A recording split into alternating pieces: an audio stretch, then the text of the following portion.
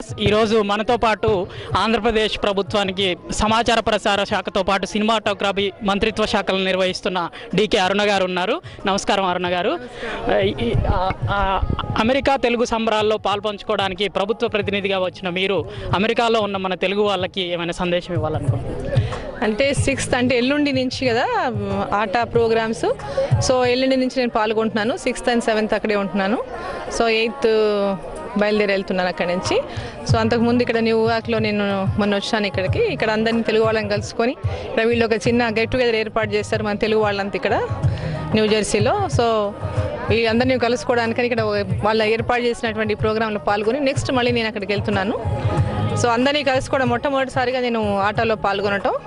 So ఇంతకుముందు వచ్చినప్పటికీ ఆటలో మా జిల్లా నుంచి ఉన్నటువంటి కరుణాకర్ రెడ్డి గారు కానీ అదేవిధంగా ఆట ప్రెసిడెంట్ రాజేందర్ రెడ్డి కానీ సార్ తప్పకుండా మీరు పార్టిసిపేట్ చేయాలి అదేంటని వాళ్ళు చాలా ఖచ్చితంగా రావాలి మీరని చెప్పి మమ్మల్ని చేసినందుకు ఈసారి సరే అందరం కూడా సరే తెలుగు వాళ్ళందరినీ కలుసుకుందాం మన ఈ ఆట సందర్భంగా తెలుగు వాళ్ళందరినీ కూడా ఒకసారి కలుసుకోవాలని ఒక ఆలోచనతోన పార్టిసిపేట్ చేయడానికి దీంట్లో రావటం జరిగింది ప్రభుత్వం తరఫున.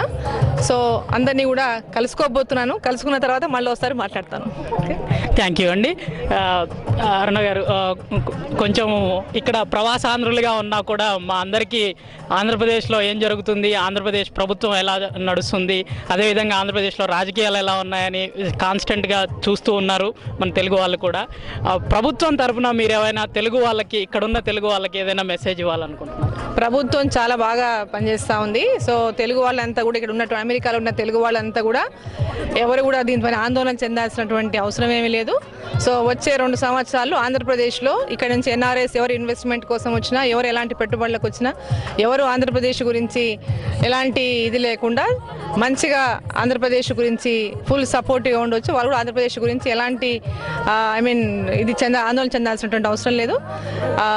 ఇప్పుడున్న ముఖ్యమంత్రి కిరణ్ కుమార్ రెడ్డి గారు కూడా చాలా చక్కగా ఇప్పుడున్నటువంటి గవర్నమెంట్ ఉన్నటువంటి స్కీమ్స్ కానీ, పబ్లిక్ సంబంధించినటువంటి డెవలప్మెంట్ యాక్టివిటీసే కానీ, సంక్షేమ పథకాలే కానీ, ప్రజలకు ఉన్నటువంటి ఇష్యూసే కానీ అన్నిటి మీద కూడా పూర్తిగా దృష్టి పెట్టి దాంట్లో ప్రజల్లోకి వెళ్ళాలనేటువంటి ఒక ఆలోచనతో ప్రభుత్వం ముందుకెళ్తా ఉంది. కాబట్టి ఉన్నటువంటి ఇష్యూస్ అన్నీ కూడా ఉన్నటువంటి వర్షాలు తక్కువ కావటమే కానీ ఇతర ఇష్యూస్ అన్ని ఏమైనా వాటి మీద ఫోకస్ చేసి పూర్తిగా వాటి అన్నిటిపైన కూడా దృష్టి పెట్టే విధంగా ప్రభుత్వం ముందుకెళ్తున్న సందర్భంలో సో తప్పకుండా వచ్చే 2 నెలల్లో ఆంధ్రప్రదేశ్ ప్రభుత్వం ప్రజలకు పూర్తి స్థాయిలో వాళ్ళకు అనుకున్న మేర పనిచేస్తున్న పూర్తి విశ్వాసాన్ని నేను తెలియజేస్తాను. ఓకే, థ్యాంక్ యూ అండి. చివరగా ఒక రాజకీయపరమైన ప్రశ్న.